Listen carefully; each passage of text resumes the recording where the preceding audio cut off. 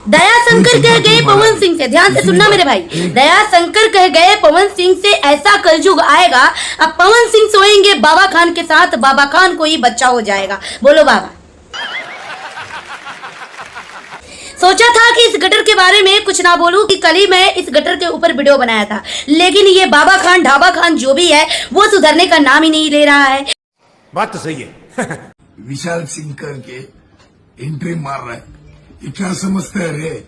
तू क्या बोलता है, किसी के बाप को डरता नहीं?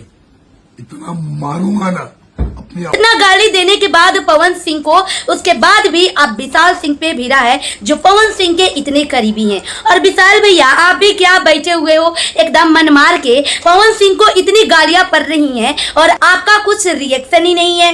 कौन है ये लोग, कहां से आते हैं? नहीं, हम इसलिए कह रहे थे कि आप मतलब पवन सिंह के बारे में कोई कुछ भी बोलता है तो आप बड़े जल्दी एक्शन ले लेते हो और उनको एकदम से रोस्ट करने लगते हो। तो बाबा खान ढाबा खान जो भी है पवन सिंह के बारे में इतना कुछ बोल रहा है तो आप कहाँ पे सोए हुए हो? इतना मारूंगा ना, अपनी औकात में रह के बात करना, और अगर मिल गया ना तो लाइव ला के मारूंगा, चाहे जो भी केस बने खा लूंगा, समझा ना?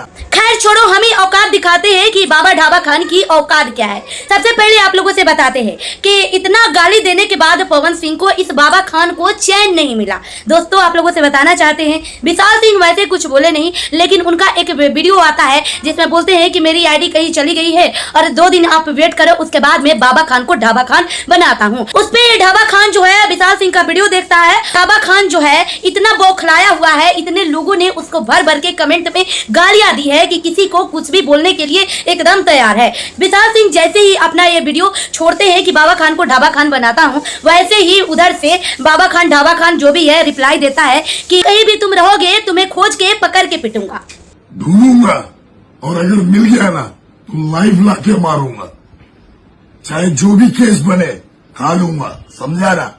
उसके बावजूद भी विशाल सिंह का पता नहीं कोई रिप्लाई आएगा कि नहीं आएगा, अब वो विशाल सिंह जाने। खैर छोड़ो, हम ही इस बाबा खान के औकात पे लाते हैं। सबसे पहले बाबा खान तू जब वीडियो बना रहा है, लाखों पब्लिक देख रही है, तो कम से कम अपने ढंग का एक कपड़ा पहन लिया कर, मुंह से गुटखा थूक के निकाल दिया कर, क्योंकि जब बोलता है वो आधा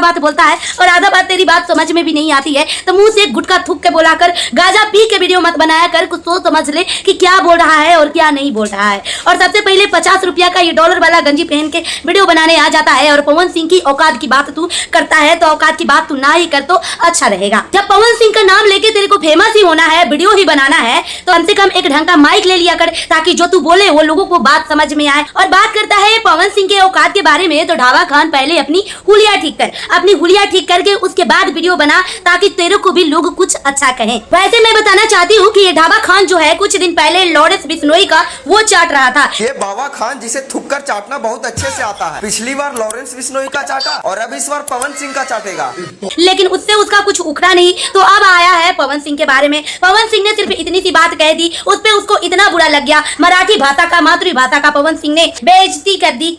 तो मैं बताना चाहती हूँ कि बेइज्जत वो होता है जिसकी कोई इज्जत होती है, और तेरे अंदर तो कोई इज्जत ही नहीं है। अगर तेरे अंदर इज्जत दिख रही है तो तू जाके अपनी एक बार कमेंट उठा के पढ़ के देख ले कि तू कितना इज्जतदार आदमी है, कितना सम्मानित आदमी है, वो तुम्हें कमेंट से ही पता चल जाएगा। बाबा खान मैं तुम्हें ये बताना चाहती हूँ, पवन सिंह तो दूर के बात है, उनके कट्टर फैन से मिलोगे ना तो तुम्हें चीर फाड़ के रख देगा। ऐसे तू धमका रहा है, बोल रहा है, बकर बकर जितना कर रहा है वीडियो में ही कर रहा है। जिस दिन पवन सिंह के सामने आ जाएगा ना, उस दिन तेरी कुछ और गिला हो जाएगी। अरे बच्चे तेरे पे हंसेंगे बे।